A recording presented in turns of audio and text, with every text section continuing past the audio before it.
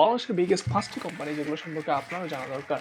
Number ১, Grameenphone. ১৯৯৭ সালে প্রতিষ্ঠা হওয়ার পর থেকে টেলিকমিউনিকেশন সেক্টরে লিড দিয়ে যাচ্ছে গ্রামীণফোন লিমিটেড। তাদের বর্তমান মার্কেট ক্যাপিটাল ৪৫০ বিলিয়ন টাকা। Number ২, square pharmaceutical limited. ১৯৫৮ সাল থেকে ফার্মাসি ইন্ডাস্ট্রিতে সার্ভ করা বাংলাদেশের one of the biggest company হিসেবে পরিচিত স্কয়ার ফার্মাসিউটিক্যাল লিমিটেড। তাদের বর্তমান মার্কেট ক্যাপিটাল ১৯২ বিলিয়ন টাকা।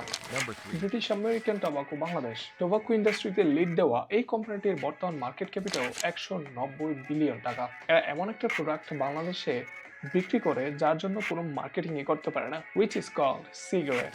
And number ৪, Walton hi-tech industries PLC.